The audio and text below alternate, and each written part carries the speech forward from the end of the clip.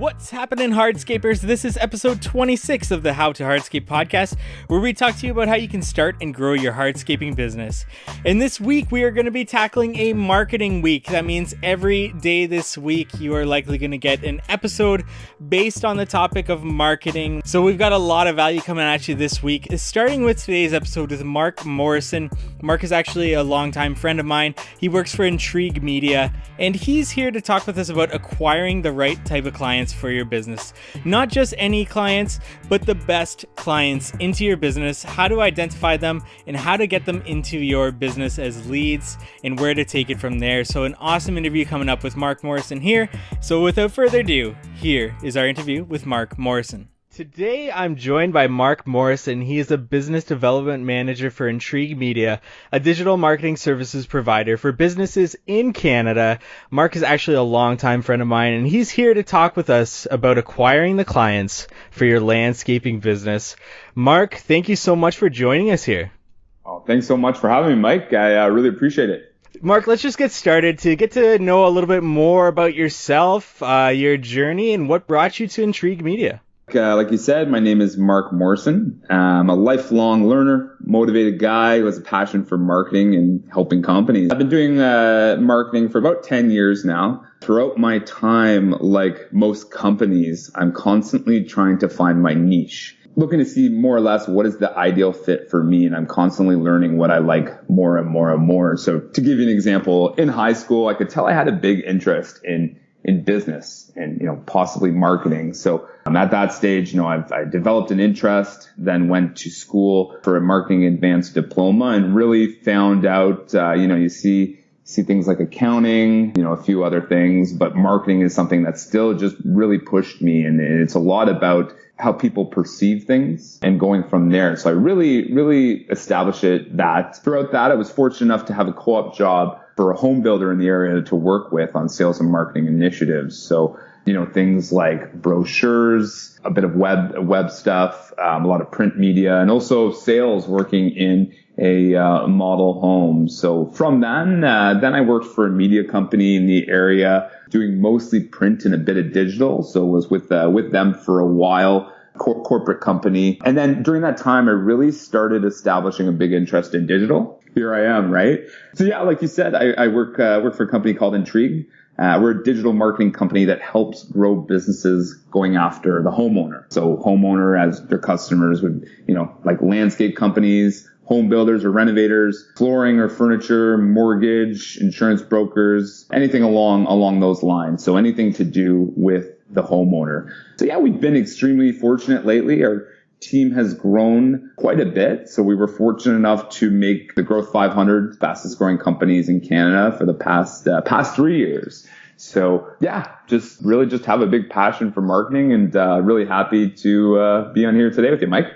Awesome, Mark. So let's just get started here talking about digital marketing and marketing in general for landscape companies. I know it's an umbrella term for so many different things that landscaping companies can do to get the clients that they want for their business. But what is something that is missed nowadays in terms of marketing for landscaping businesses?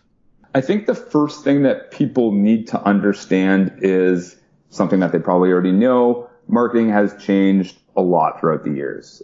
Maybe 10 years ago, the big thing with marketing that was taught in all marketing 101 lessons was the 4 Ps, right? Product, price, place, and promotion. The thing is, we've really been able to learn a lot throughout this time. And a big key message that I tell people right away, and this is the big one to remember, if you're going to remember anything from what I say, is that people buy emotionally, but they justify intellectually. And so think about that for a second. People buy emotionally, but they justify intellectually. So there is a book called Start With Why. I'm not sure if you've read it. It's by Simon Sinek. And he talks about it. There's a 3 golden circle rule. So think of a circle and then a circle within a circle and then another circle. So the outer circle is the what your company does. The middle one is the how, and then the center one is why. Okay. So all companies, I would say, I would hope so 100%, know what they do.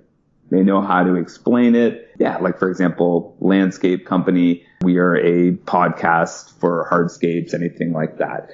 In terms of the how, most companies have that, not all. The how is how you do it differently than your competitors. But the thing in the middle that a lot of companies don't touch up on is the why. Why do you do what you do? The reason we talk about this is that golden circle rule is actually correlated with your brain. Okay? So the what and the how is correlated with the neocortex of the brain. But the why is correlated with the limbic brain. And the limbic brain is basically anything with emotion, right? So that then correlates with decision making. So when you're going back to the people buy emotionally and justify intellectually, it's important to illustrate why your company does what you do. And it's something that you need to really think about. It's not something that, is an easy answer, not something you come up in 10 minutes and figure out. But it just takes a while to really dig deep and look at that. And I'll tell you one thing, it's not anything to do with money. So, if you say, oh yeah, we're here because we want to make more money. No, that's not it. It's really digging deep to seeing what it is. So for example, at Intrigue, ours is empower leaders to strengthen communities. And we have that embodied into everything that we do, whether it be dealing with clients, whether it be internal, whether it be, just a part of our culture. It's just something that we embody into everything that we do. So as a viewer, I think it's really important just to even write this down and think about it. Meet in your management team or think together and think of a few questions. Write down what you do, how you do it differently than your competitors. Why do you do it that way? And why is it important to you? So it's something really to internalize there. And then you also want to look more a bit about your brand and establish it. So a few questions that we look when we're talking with clients is, if your brand was a person, how would you describe them? What are the top 5 questions you receive from customers? And what is the problem you're trying to solve? Another thing that we do see a lot of with companies, and this is actually just another lesson to take home, is that people hate to be sold to, but they love to buy. Right? People hate to be sold to, but they love to buy. So I'll give you an example. It's not as much a landscaping example, but I think it's a good take home. I was buying a TV about a year ago. I was going into Best Buy, did my research before, was walking in and narrowed it down between about three different options. Was just in the store looking at them. All of a sudden, a sales rep comes up to me and he says, "Oh, hey, I see, you see this TV here. Well, it has warranty on it, safety and benefits, and all this stuff going through." And my initial reaction is, I'm just looking. So kind of think to yourself, right? How many times you said, I'm just looking in a retail store? That's because you don't want to be sold to. You want to be able to justify it on your own. Another thing that we do look at a lot is figuring out the clients that you want. I always go through an exercise with people, taking your clients. So take all your clients, every single client that you have, and I want you to rate them A, B, C, and D. So D is the type of client that, they email you, they give you a call, and you just kind of get the little shivers, right? You're like, oh, I don't want to deal with that person. C, not as bad, but it's just, not an interaction that you like to do. A consistency that we find with companies is when they're rating their clients and going through is one thing that matters lots to them is those that pay on time, right? That's the number one thing that people, when organizing their clients, going through. B is pretty good, but A is awesome. So it stands for awesome clients. So those are the clients, you wish you could clone. They're the clients that refer you. They're the clients that you love when they call. You love when you interact with them. So it's about going through and really just taking a step back rather than just jumping in to something. And I find that, a lot of companies do that with marketing. They just sort of jump into something and trial and error and go through before doing the exercises beforehand, right? So yeah, just like a few things there that I just notice a lot of clients when they come in, they're not doing that beforehand. It's important to do the exercises before.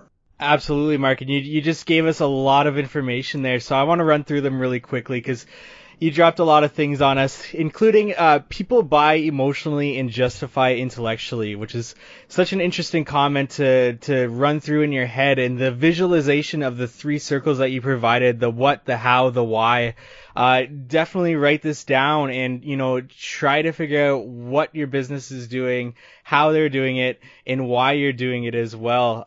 Definitely some awesome advice. And you also said people love buying but hate being sold to, which is also something interesting to think about, as well as you touched a little bit at the end there, rating your clients, and finding the clients that you are going to want to move your business forward. I remember starting out my business and, you didn't quite have the ability to say no to some clients, but you knew that they might be that trouble client or a little bit more of a hassle client, maybe that C-rated client. But when you're starting out, you feel like you need to take on everything. But as your business progresses, you can get a little bit more picky with these clients and get to those A-rated clients, those awesome clients that you said. So, Mark, what's a strategy to come with marketing towards these A clients, these awesome clients? For sure. Well, the first thing, and I kind of touched up on this before, but is looking at who are your current A clients. And don't just say, oh, we're looking at, 45 to 60-year-old female, anything from there. Like really hone on in, put names down, going through what's their buying situation, what's a belief system they have, what's previous jobs you've done for them, household income, things like that. You won't have everything down verbatim, but at least if you can get, a better picture of what those specific ones are, that when you're moving forward and getting more detailed in your marketing, you can really just be able to refer back to that. And, we do that a lot with our clients, being able to refer back to those exercises of going through and establishing that. And, like I said, when you're talking about interests and hobbies of these, once you have that honed in, you can relate that to your marketing. So one thing that works really well, and this is going back to a thing where it's about cold and warm audiences. So cold audiences, these are the ones that, they've never interacted with your website or given you a call before. You're sending your ads out and trying to reach these people and gain their interest and come in. So, people come to your website and then they'll go off. So there's a stat, it's 98% of people that come to a website do not make an action. So do not inquire, do not make a purchase, do not do a phone call off the first interaction. So that's a big chunk right there. Only 2% of people actually go through with it. So then they go off your website. And if you're not having a marketing initiative after that, you're losing so much because they came to your website for a reason. So, one practice that I talk a lot with clients about is remarketing. So whether it be a Google remarketing or Facebook pixel. So what I mean by that is when somebody comes to your website and then a cookie is dropped on them, they leave your website and they go, for example, let's say NHL.com, and they're on that website. Then you can have ads following those people. And you can really hone on in on, hey, maybe what were they searching? What page were they on? To have tailor ads go to them. And, even in the landscape industry, I know that it's very seasonal and it kind of depends when people are going through. But say, for example, people come to your website and they go off, but you're not ready to have that backyard maintenance or those hardscape or anything yet. You can time that to, let's say, we're going to start servicing up those ads 2 months later. So it's not the type of thing where it has to necessarily come right away. It's all about your strategy. And that's why it makes so much more sense to figure out when you're looking at your A clients, when do they buy? When does it make sense? So that was an example of Google remarketing. Facebook pixel, very similar.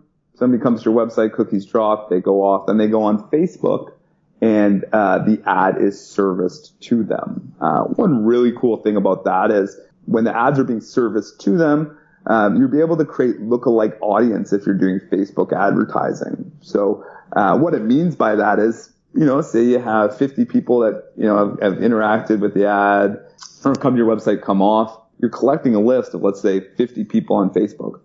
Then when you're doing your marketing initiatives moving forward, these are some of these people that have already taken interest. They're the warm clients. Maybe you want similar people to that. So Facebook will create a lookalike audience that will then service those ads to those people. So you're constantly, and that's the thing I love about digital marketing, and something that really just gets me passionate about it, is that digital marketing, you're constantly learning and constantly getting better and really honing on in so that you can find those A clients and service them better. Yeah, absolutely. And lots of great information that you just gave us there, including that Facebook pixel, the Google remarketing, which is something that I believe every contractor, every landscaper should have on their website. And if they don't already have it, they need to install that right away so that they can start getting those contacts on their lists that they can remarket to. And like you said, that lookalike audience, just another layer on top of that, and how powerful this thing is with remarketing, and remarketing to, like you said, warm clients, warm people that have already visited your website and are like possibly looking at getting some landscaping done in the future for sure. Yeah, you're right. Like if it's not on there, get it on there right now, because I think like a Facebook pixel, it's free to put on. It's not an expensive thing. It's, the more you're tracking, the earlier you do this, the earlier you start, the better in the end that it all turns out. Absolutely. So, Mark, how are these contractors, how are these landscapers able to determine from getting these leads which ones are going to be the A customers? What do they need to do next to determine if they are these A clients?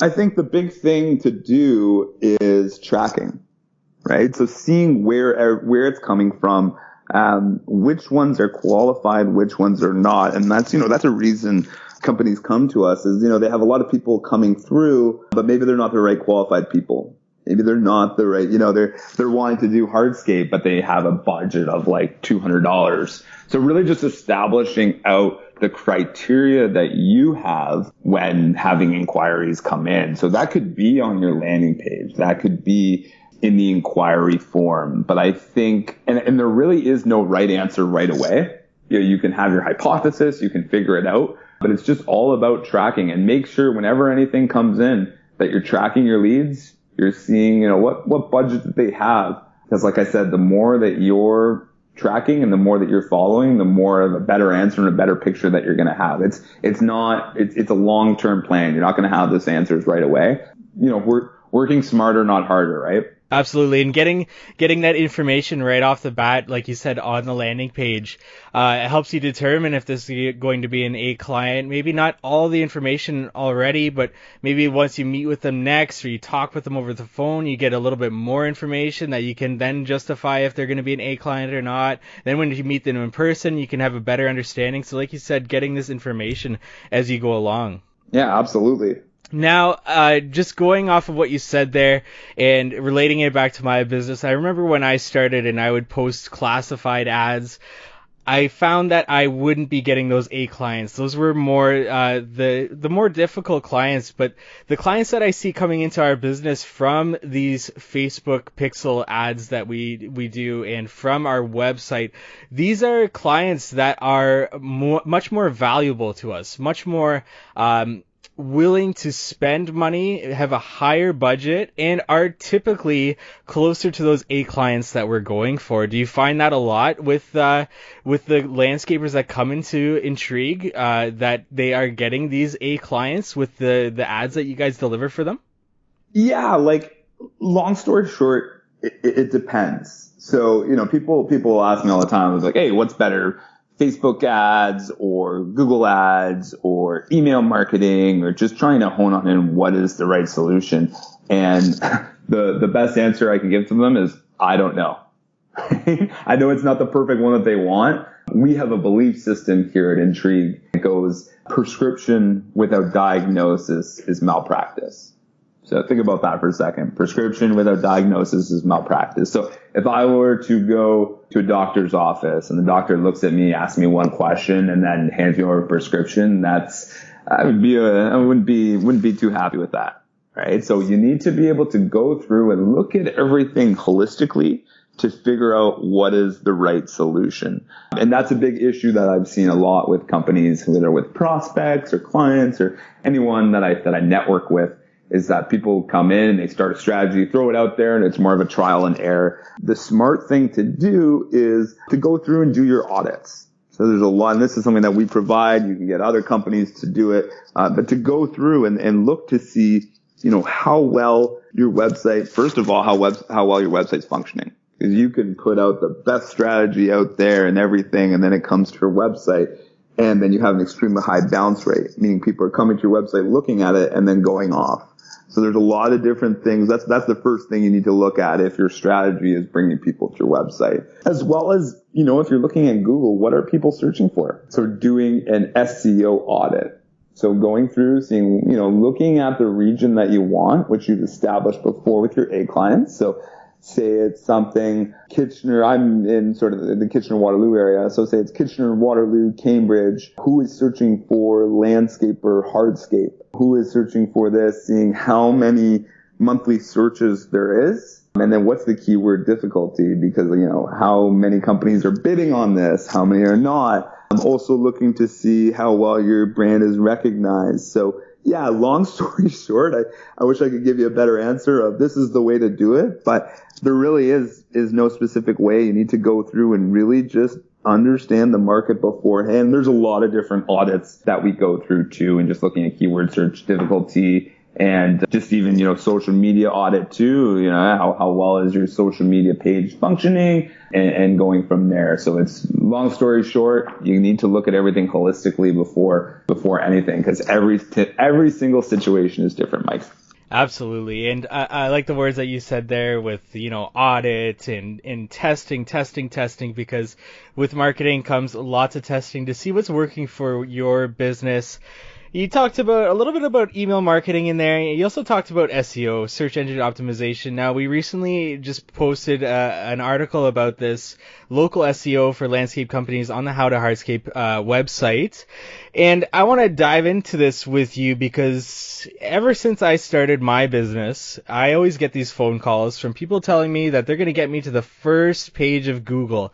And as somebody that has practiced SEO for a long time, it just makes me laugh a little bit. So, Mark, what are your thoughts on this? Well, I'm laughing too, because I talk to a lot of prospects or clients that tell me that they get those calls multiple times a day, and people saying they're from Google certified, things like that. They might be a Google partner. I'm not entirely sure. I can't speak for that. But if somebody says, "Hey, we can get you on the first page of Google right away," piece of advice. They don't know what they're talking about. So Google has an algorithm, and they change the algorithm about 500 to 600 times a year. So if you think, I always tell people, have you ever seen Mike, you've seen a movie Ocean's 11?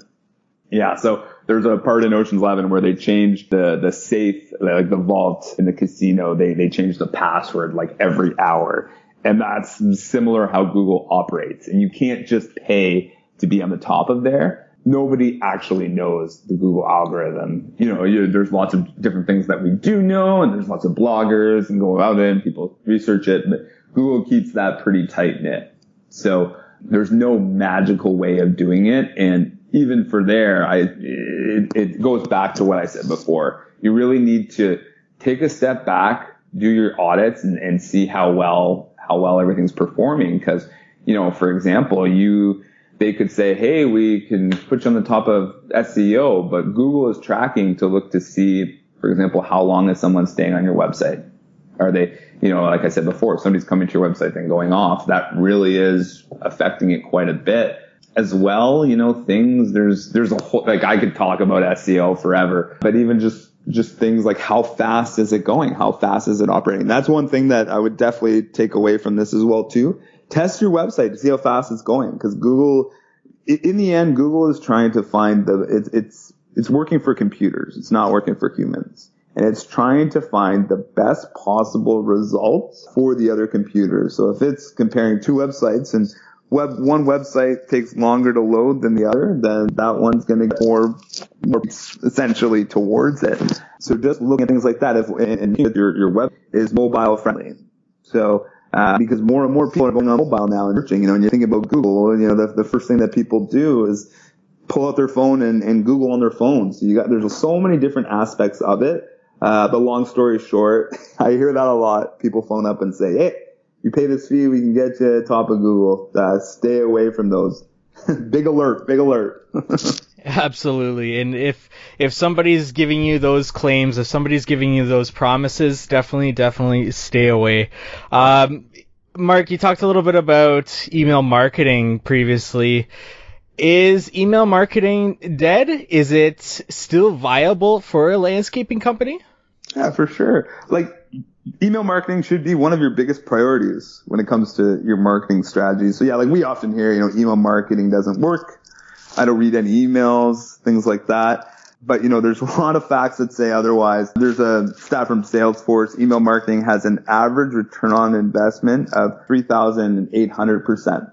So for every dollar invested, the average return is $38. Although you may think to yourself, hey, you know what, I'm not opening these emails or anything from there, but it's a strategy that works extremely well. One thing I didn't talk about earlier was email automation. So if you think to yourself, say your strategy works and somebody comes to your website and they want to inquire about Hardscape.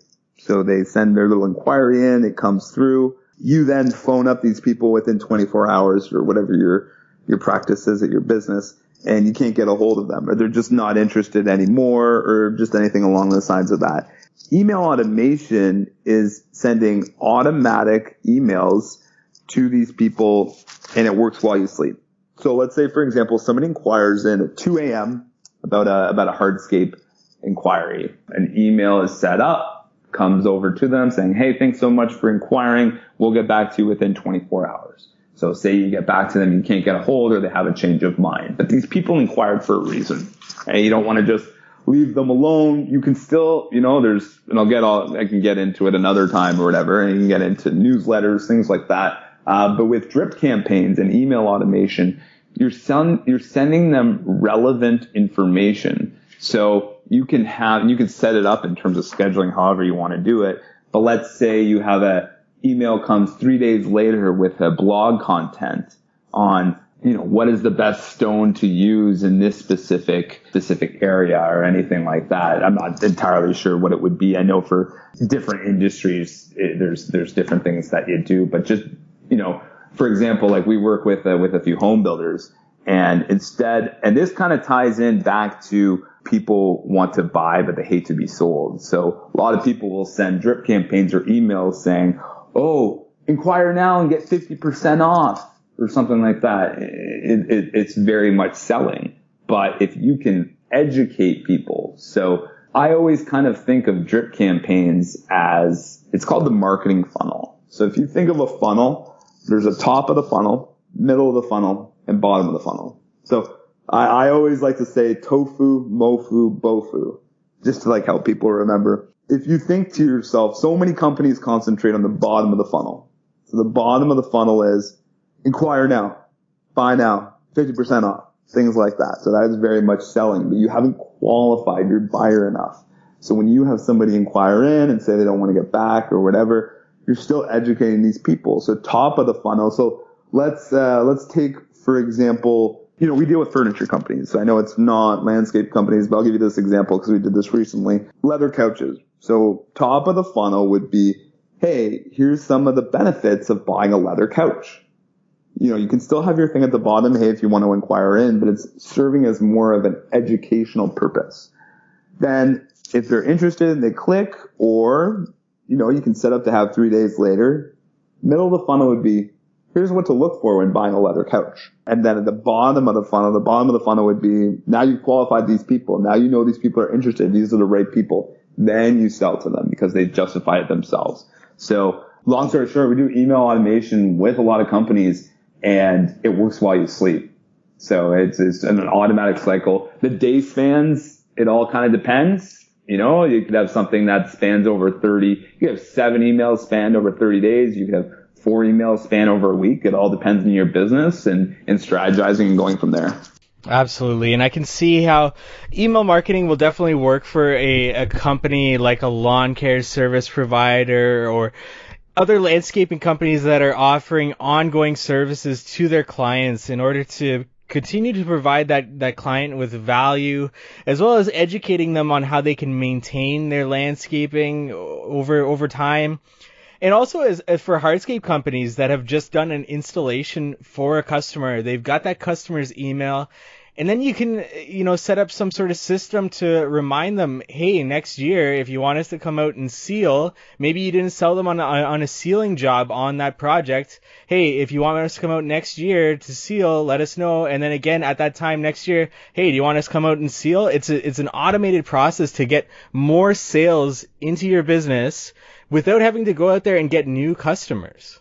Oh, exactly. And even like maintenance, right? If there's a few things where, you tell people, hey, this is what you should do during the winter months. This is what you should do during the summer months, things like that. But if you have it on email automation, it's friendly little reminders. Like, there's so much information that's coming up to us all the time, right? It's going all over the place. So with these little email reminders, it also just helps with the trust and clarity with the clients. And even Google reviews. We've worked with clients before where, they want to find out how well they did.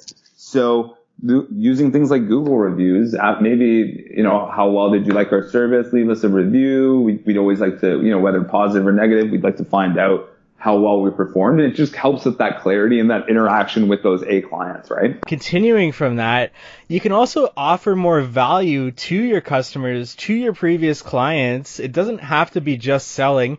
It can be something as simple as giving them a reminder, hey, with the product that we installed, you may want to do this to it for the wintertime.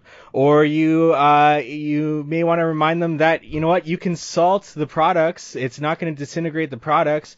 Just these simple reminders to remind them the value that you provided them and the value that product is going to continue to provide them into the future. I think there's just so many different possibilities with email marketing for sure. Absolutely. Now, Mark, what are some key metrics that a landscaping company or contractor or other business out there, what kind of key metrics should they look for when it comes to digital marketing? Yeah, I think the three big ones would be average open rate. So how many of all the emails that you're sending through, how many are being opened? Average click rate.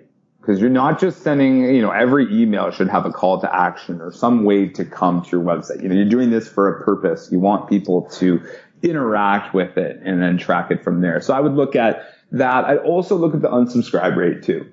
So, you want to make sure that these are relevant for these people. And there's always, there is going to be unsubscribes. People are, there's a lot of people that don't want these emails. So, that's one thing to keep in mind. So if you're looking at average open rate for all industries, typically about 21.33%. But the big thing to look at when comparing stats and going through is to hone on in and look at different industries. So when we hone on in, we don't just compare all companies to everything else. You're looking at something like a home and garden company. So kind of along in the landscape industry, 21.6% is the industry average for open rate. Click-through rates, it's about 3.03%. That's something to really track when going through. And also you want to have not too many clicks on the page, but, and looking to see how many people are clicking, how many people are interacting. And then the unsubscribe rate, industry average about 0.35 for that industry. So just make sure when you're looking through stats and going through that you're comparing industry average, not just email marketing as a whole. Because something like, a government email or a car dealership email is going to be very different than a landscape one. What are some reasons that a landscaping company might come to Intrigue? Typically, we work with people that are trying to find more of a consistent flow of leads being generated throughout the year. So we talk with a lot of people, and at certain times they're quiet and it gets really stressful. And then when business peaks, it gets hard to keep up. So they're really just stressing about that. A lot of times we hear from people before they work with us that, I mentioned this a little earlier, but that they have a lot of the wrong type of people inquiring into their business. When somebody says, hey, my goal is to have 10 leads a week or something like that, 10 leads is great, but they don't have the money or budget to hire you. So you want to make sure you're getting the right qualified people coming through and not just these tire kickers. Because in the end, you're looking to make sales and be profitable. And then, like a lot of clients that we work with before they come to us, they find it's really difficult to grow, not necessarily because they're having a tough time finding new business, which could be like a part of the problem. But the bigger problem is finding talented labor to take on the marketing so you can concentrate on their business. And probably just another one too, people just, they have a lot of tough time measuring their marketing. Especially, say somebody inquires in and I'm talking with them and I'm asking them questions, how well is your Google Analytics? How is it performing? How's this stuff from there? And they get really stressed because they don't have the answers. And, I try to calm them down and say, it's like, it's like you explaining, landscape or hardscape to me. We both work in these every single day, but the big thing is measuring your marketing. Because if you're not measuring, you're basically just guessing and you're not being smart. You could be working really hard, but the key is to work smarter, not harder. So yeah, those are a few reasons people come to us. It could be even just something like they don't think their website's performing well. And some people come to us and they just even want to look at audits. They just want us to do an audit to see where should they tackle. They're not quite sure. So yeah, those are a few reasons people come to us. Amazing, Mark. So if a landscaping company, hardscaping company is looking for digital marketing services, they're looking for a company like Intrigue, how can they get a hold of you guys and where can they find you online? Yeah, for sure. Well, if you just go to our website, intrigueme.ca, you can inquire within there. Yeah, or, my email is mark@intrigueme.ca. Or feel free to add me on LinkedIn, Mark Morrison. I'm pretty active on LinkedIn, so just feel free to shoot us a message. Definitely the best ways to get a hold of us. Thank you for listening to today's podcast episode. Visit us at howtohardscape.com for more information on the subject. Let us know what you want to learn about in future episodes by reaching out to us on our social channels. We are How to Hardscape everywhere you can find us, or you can email us, contact@howtohardscape.com. We'd love it if you subscribed, rate, and reviewed this episode. If you're using Apple Podcasts or any podcast app that you're listening to this on, please subscribe. Let us know what you think of it, and thank you so much for listening in each and every week. We look forward to meeting with you next week on the How to Hardscape podcast.